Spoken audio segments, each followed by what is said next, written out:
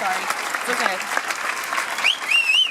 You guys good? You guys having fun? Everybody's good down there? Viv and Rick? I was with Viv at the bar last night till quite late, so... Where? I want to have a drink with Viv. Absolutely. So we're going to continue the questions because I know some of the people coming up have questions for you guys. So we're going to get Rick and Viv involved in the questioning. Our next person is Sandy Johnson. She is from Ontario, Canada. Yeah! Sandy, come on up. Welcome and fire away. Okay, well, like this is a question for Jill, right? Screaming like I was on fire at the Oh, that was you, was it? That was me. That was me. Okay, my question is for everybody. You guys have been all over the world. Is there anything left on your bucket lists? South America! Well, we've been there in America, but we'd like to go back. We never played China. There's a bunch of places we haven't played, but we want to play everywhere, and yet it changes. You know, you go somewhere and it's 25 years ago, you come back and it's slightly different. So we want to go, and we're up for anything, as long as we're invited.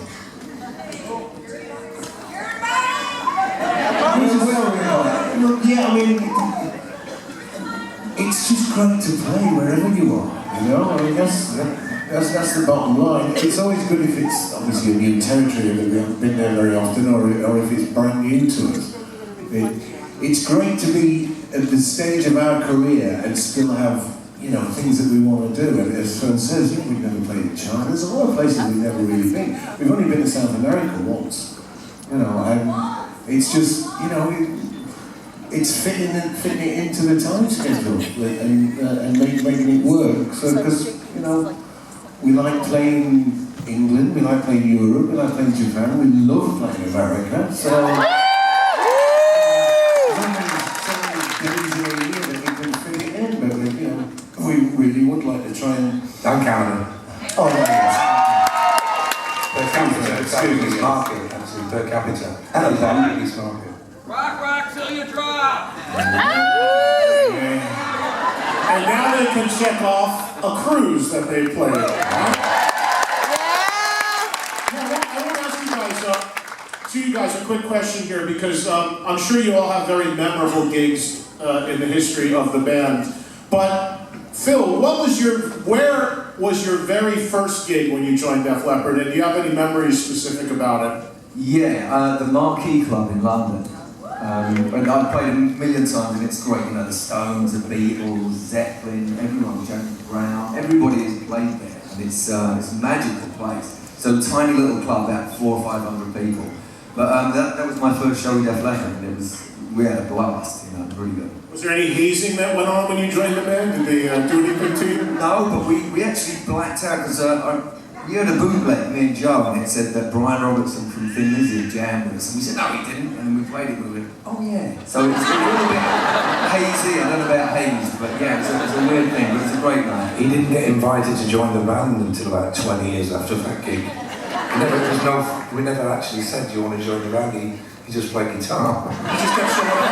Well, yeah, I was just helping out, and I thought, yeah, helping out, and we got really busy really quick, so there's no time for it.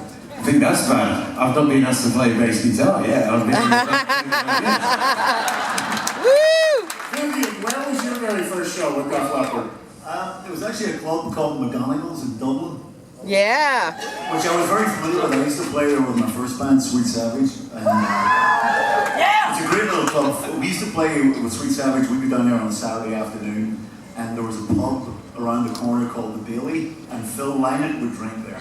Oh no. So we always knew if we timed it right, we'd run into Phil, and we did that, and we always talked him in. He'd had a couple of pints, and we'd say we could come out and do a number with us, so we'd get up and play with us. So that was, it was a great little club. Anyway, and then we did a warm-up show there a couple of days in advance of my official debut, which was at the Freddie Mercury Theatre.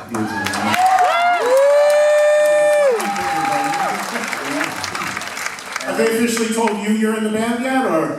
They did about a year after that. And one last thing about gigs, I was lucky enough to be at this show, I think it was around 5 years ago, when you guys headlined Download.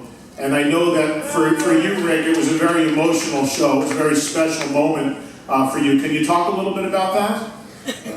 Yeah. It was is actually, and always will be, just a very emotional show. You know, before the show, we were all like, you know, let's not make a big deal of it. Let's just go on and play. Because it had been the first time you played there since the accident, right? Yeah, yeah. And you just felt this overwhelming feeling coming from the audience that they really wanted Joe to say something. And finally, Joe just sort of broke down and introduced me. And remind me, Joe, how long did that introduction take? Well, when in '86, when you played there for the first time after the accident, there was just a brief, oh, we've got to say something, because we absolutely weren't going to say anything, but it had to be done. And the audience was like a hairdryer. You know, it was overwhelming. So when we went back 25 years later, it was the same kind of thing. It's like, do we play on it, do we not? Because, you know, to us, Rick's just Rick. Biggest compliment I can ever pay him is that he's behind me all the time, looking at my ass. So I don't see him, I just hear him. I just hear him and he sounds like a drummer to me. You know? Yeah.